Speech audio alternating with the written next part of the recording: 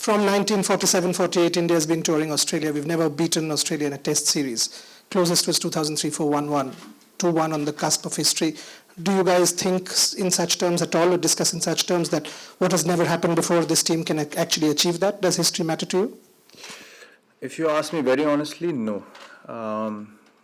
Because what's gone is not in our control, or what's going to come is not something we need to think about. We need to stay in the present and focus on the things that we can do. The controllables, we need to figure out what the controllables are and focus on them. The reason that why we want to win this test is because we understand as cricketers how difficult it is to come here and play. And as I said at the high tea yesterday, it's not only the team you're playing against, it's the whole nation, because they get behind the team so well. And when you walk into bat, you feel like there are 40,000 people who want your wicket, not just the 11 guys on the field. So we understand as cricketers how difficult it is. And purely just to take that challenge on, we want to win here. And it's got nothing to do with proving that we have done something which hasn't been done in the past. Every team that comes wants to win, obviously. So I'm sure that they would have had the same intention. But the motivation has never been to change history. It's only been to overcome the challenge that's in front of you. And as a sportsman and as a cricketer, you can ask anyone. That's the most important thing, and that's something you look forward to. Not necessarily proving something to someone or changing history. It's just crossing a hurdle and making yourself believe that you're good enough to be at this level and beat any team anywhere in the world, and that's the most important thing to us.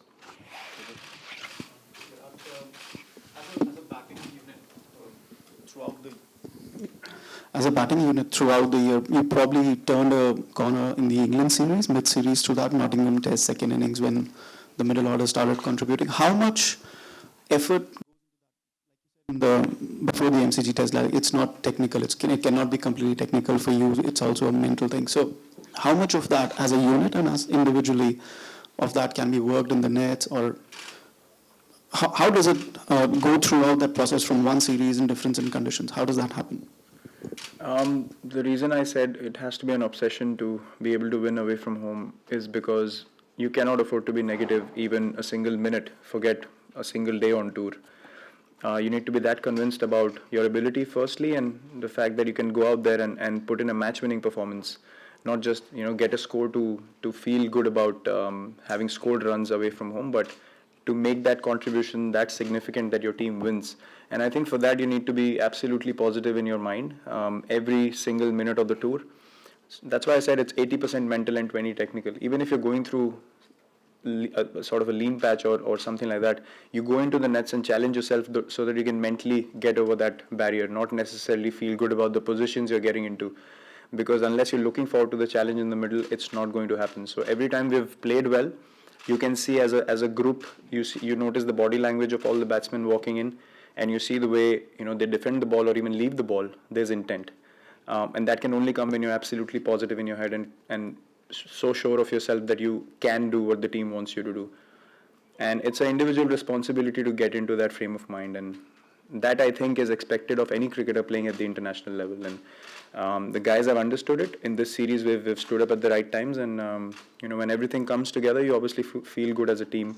And I'm sure the whole group is looking forward to another challenge in this test to support our bowlers equally, because they've been just outstanding.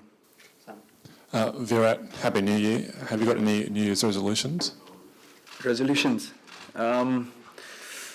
Not really. I think every day can be a New Year's Eve if you want it to be. There are opportunities and there's something to look forward to every day. So I personally don't look at these things as something very special and now you need to start working on something. If you want to do something special, every day is an opportunity. So look, it's for me, it's being able to contribute for the team, being able to stay at the top of my game physically and mentally, and just help the team in any way possible. And that's something that gives me a lot of satisfaction as a cricketer. And I'm not talking about myself as a captain, but just to be able to go out on the field and just be 110% every ball is something that gives me a lot of satisfaction at the end of the day. And I want to be able to continue that for as long as possible for the team.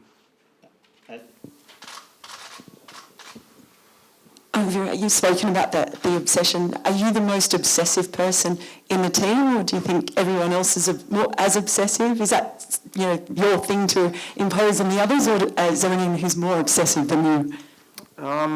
With me, it might be seen a lot more, but I can guarantee everyone is obsessed about winning in very difficult conditions. If you see, after the last wicket fell in the last game, everyone's emotions came out. Even the quietest. I saw Pujara in the replay after, and Jinx as well. I've never seen them so excited. So I think because we understand that as a team, when you push in one direction and things go well, you feel proud of the fact that you're able to counter so many things that are up against you. And it has to be an obsession. If it's an obsession, it won't stop at 1 or 2 games. If it's something that was a goal, then it stops at 1 or 2 games. But when you're obsessed about just playing good quality cricket and achieving excellence, then I don't think you, as a team, you want to stop at 2 games. You want to finish the series well and then get together and enjoy as a team afterwards. So I'm very sure, and I've seen in the change room, the guys are very optimistic and looking forward to this test as well. Yeah. Last test of the series, ahead 2-1, close to creating history. What's been the captain's message to the boys? Well, as I just mentioned, at this stage, I honestly feel like there's nothing to be said at all, because you sense energy in the change room and the guys just want to step out on the field. Even the last test match, the last day when it was raining, I didn't see anyone sit down. Everyone was walking around, doing something or the other, just warming up, doing their stretches and stuff like that, just to be able to get on the field.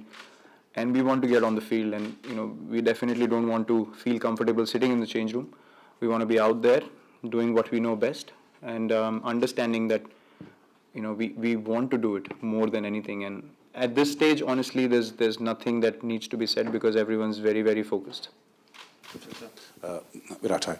Just briefly on Ashwin, he only plays one format now for the last 1.5 years for the country, and this is the second consecutive series that he's not able to finish, is not available for the latter part. So is that sort of a concern that one of your senior guys is not able to complete a series on account of injury? Well, it's unfortunate that he's had 2 niggles which are quite similar in the last couple of away tours.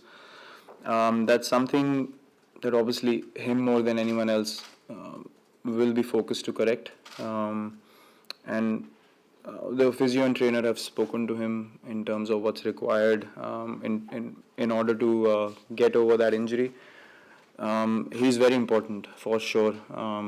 In Test cricket, he's a vital part of this team, and we want him to be 100% fit and for a longer period, so that he can contribute more to us in the Test format, as you mentioned.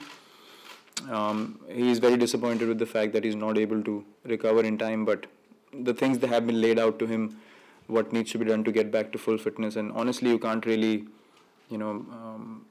predict an injury. When it happens, you just can manage it, and he's doing what he can to get over that injury. That's great. You obviously mentioned the history before, but for yourself personally, would this be your greatest achievement as a captain, winning a Test series here? Well, I don't know, because it's only been 4 years, so if it happens, great, because I've come here the 3rd time now on a Test tour, and I understand how difficult it is to win here. Not necessarily your own performances, because at times you can, put in a good performance in Australia, but to win as a team has been the biggest challenge for us. And the individual performances are honestly something that you don't even remember from the last tours, because winning is the most important thing at the end of the day. You might have your name up on the honours board, but if your team doesn't win, it doesn't really matter. So till now it would definitely be a big series win, not just for me but for the whole team, purely because of the fact that this is the place where we started our transition. To be honest, this particular venue is when MS gave up captaincy, and we had a totally young side starting at number 6 or 7 in the world, and we come back here as the number 1 Test side in the world, and we want to be able to take that legacy forward, and as I said, just play the kind of cricket that we played in this series, which has been exciting for the people to watch, and for both teams competing in it as well, which is, I think, the most important thing. Virat, the last MCG victory must have been a very significant win during your captaincy career. If so, what has it taught you, the MCG win? I think it's just I don't know. It's just solidified the belief that we have as a team much more. Not only me. I mean, the things that we've been talking about for a long time, for the past 12 months. Um, I think wins like MCG and Adelaide only make you feel as a team that you're heading in the right direction. You will obviously make mistakes and you will have things that you need to improve on or correct along the way, but you can't change your personality or your character as a team.